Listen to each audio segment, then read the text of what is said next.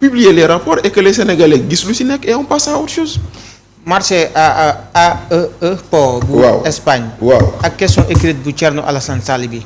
naka nga ko mën a expliquer ñi nga xam ne seen dégg-dégg dafa suufee parce que foofu dañoo bafoué la wax code de ciment beeg yu mel noonu am na ay explication yu profond yoo xam ne laaj na ko.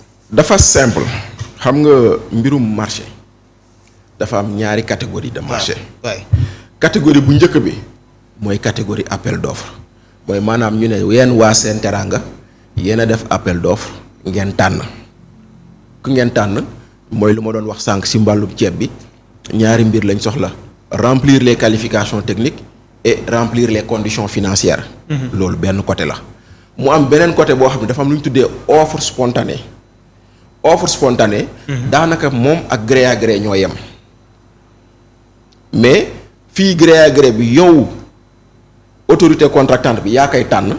mais dans l'offre spontanée borom marché bi wala kiy exécuter marché bi mooy indi financement am bu ngeen d'accordé mu def ko nan la ñuy defee offre spontanée état du Sénégal. code des marchés moo ne. bu dépassé wul 50 milliards. dañ koy def appel d'offre bu dépassé 50 milliards dañ koy def négociation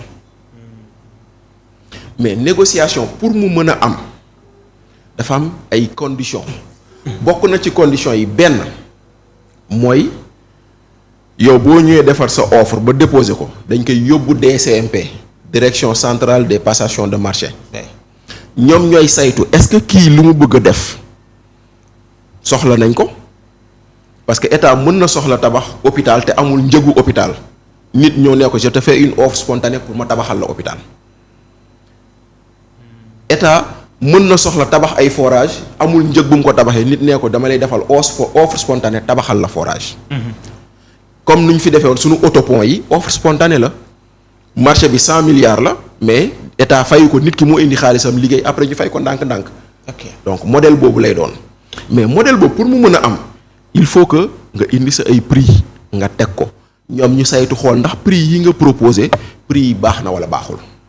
ndax prix yi seerul wala seerul. bu boobaa foofu mën ngeen négocier ñu wàññi ko bu fekkente ne jàpp nañu li nga proposé ci prix dafa cher ak yu mel noonu.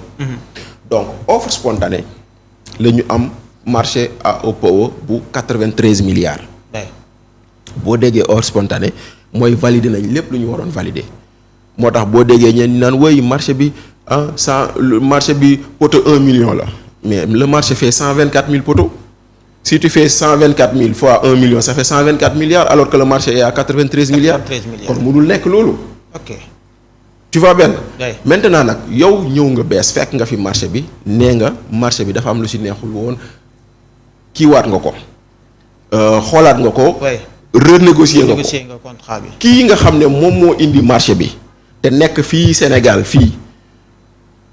moom AOPAO Sénégal. moom moo dem lëkkaloog AOPAO Espagne. pour indi marché bi. coopération espagnole moo ko financé Banque Santander Espagne moo ci xaalis fa lay jaar ñoom ba ñëwee ñu dem clamé ca ARMP. ARMP moo tudd léegi ARCOP. voilà ñu dem ARCOP clamé. waaw ba ñu demee ARCOP clamé waa ASER bañ jox documents yi waa ARCOP. waa ARCOP ñu suspendre marché bi. ba ñu ko suspendre. waa ASER dem clamer leen Cour suprême. ba ñu demee Cour suprême clamer leen ñoom ñu ne waa ARCOP amuñu woon pour atte ci marché bi nañu wëyal marché bi Cour suprême ne nañu wëyal marché bi.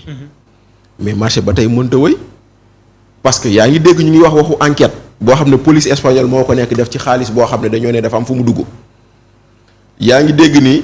ñu ne Banque Santander nee na moom bu liggéeyul ak AOPAO Sénégal ak ñoom du ñu laal du ñu continuer marché bi kon kii nga bëgg a écarter espagnol yi di finance nee nañ bu dul kooku du keneen. ci biir loolu nag am na yu bëri yoo xam ne yii nii bon voilà effectivement bokk na ci code ciment xam nga code ciment dafa ne. waay daf mel ni sa oto. doo dem ne assurance bi lebal ma. jox ma këyitu assurance après ma fay la da ngay fay ñu jox la këyitu assurance kon nag ci marché yu mel ni tamit code ciment dafa ne dañoo war a fay ba pare ñu soog a valider marché bi. or fii nii dañoo valider marché te fayuñu. te fayuñu xaalis bi. te ñoom ñu jël ci xaalisu marché bi fay te loolu code ciment da ko bañ. loolu la leen Thierno Alassane Sall wax ne leen léegi yéen ñëw leen ngeen leeral ñu xam nga mooy lu ñu doon wax rek. ñu bëri dañ leen ne woon marché Azer bii ak Aopaw bii bëri na ci lu ci lëndëm lu war a tax ñu leeral mais malheureusement sunu premier ministre moo taxaw jàpp ngone si jàkkaar la moom ci biir nit ñi. ne scandale amul dara amul. ñu siy tudd benn commission boo xam ne nee nañu 5 milliards la. te mënuñu la wax kan moo ko jël. ñu siy tudd leneen ak leneen ak leneen kon nag tey jii nii Thierno Alassane il est à féliciter parce que il a fait son rôle de député mooy gis nga mbir moo xam ne jàpp nga ni leerul nga bind kii nga war a bind ne ko kaay leeral. ministre des finances nag moom la ñu laaj dafa war a tontu. parce que gis nga démocratie yëfu jantal la. dañ lay laaj nga tontu. sa Sénégalais yi ñooy apprécier ñooy àtte. Thierno Alassane lu muy wax am na wala amul ministre des finances bu tontoo Sénégalais yi dinañ lire. mais Thierno lii la wax ministre bi lii la ko tontu ku nekk am sa religion. mais fii lu bon moo di ni quand tu poses une question au lieu de répondre à ta question on t'attaque. Thierno Alassane Sall a été le premier à dire la xew Congo diggante Senelec ak la société bu fekkoon leeral leen ko gars yi wax mais ba fi premier ministre Congo ñëwee waxaat nañ si. ñoom nee nañ oui le marché n'est pas arrêté mais dañ koy seetaat mais loolu la leen waxoon di da leen waxoon xoolaat leen ko nañ ko expliquer leen ñu lu fa xew. waaw mu ngi noonu rek un député doit jouer son rôle qu'il soit de la majorité ou de l'opposition. L'essentiel moo di ni bu gisee ci loo xam ne ci doxalinu réew mi jàpp na ni war nañ ko leeral ka mu yaakaar ni moo am réponse bi kooku lay bind soit mu defal ko question écrite. soit mu defal ko question orale. soit mu defal ko question d'actualité. wala mu bàyyi ba premier ministre ñëw assemblée nationale mu laaj ko ko. maintenant xoolal fu mu toll nii premier ministre kañ la gëj assemblée nationale le 10 avril tey nous sommes le 18 juin n'est-ce pas. Oui. Normalement règlement intérieur dafa ne weer wu ne premier ministre war na ñëw benn yoon assemblée nationale.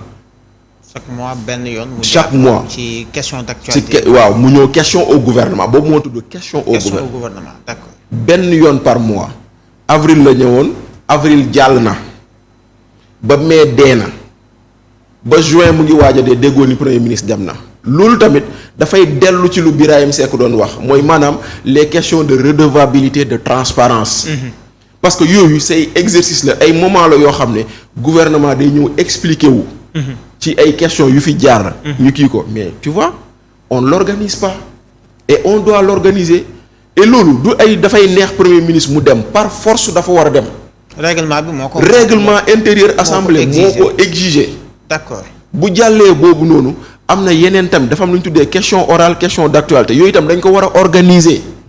ok yooyu tamit bii une fois par semaine la bii une fois tous les 15 jours c'est-à-dire que. Assemblée nationale gouvernement war na fa ñëw juróom-ñaari yoon ci weer wi premier ministre benn yoon. waaw pour des questions au gouvernement. Le gouvernement revient là-bas 2 fois par 15 jours pour des questions d'actualité et une fois par semaine pour des questions orales si tu as 4 semaines ça fait 7 ça fait 4 si tu as 4 fois 4 semaines ça fait 4 passages du gouvernement en question orale. Ouais. 2 questions en question 2 fois par mois ça fait 2 passages sur des questions d'actualité et une question au gouvernement une fois par mois muy 7 te 7 yooyu benn amu ci moo tax boo bëggee naan assemblée bi mu ngi liggéey calculer ko ci foofu déjà que premier ministre il n'y va pas tous les mois alors qu'il doit y aller tous les mois defu ko yeneen ministres yi mooy loolu donc mu ngi noonu moo tax nag Thierno Alassane il fait son rôle de parlementaire na ko ñeneen ñi def maintenant comme je te dis démocratie yëfu gentleman la on te pose une question tu réponds on attend que le ministre Cheikh Diba nous réponde mais qu'on nous réponde sur des aspects techniques yu mu posé mais pas si ay questions xasteek ak yooyu noonu. ñu jàll ci beneen tomb quand Alioune Tine di wax.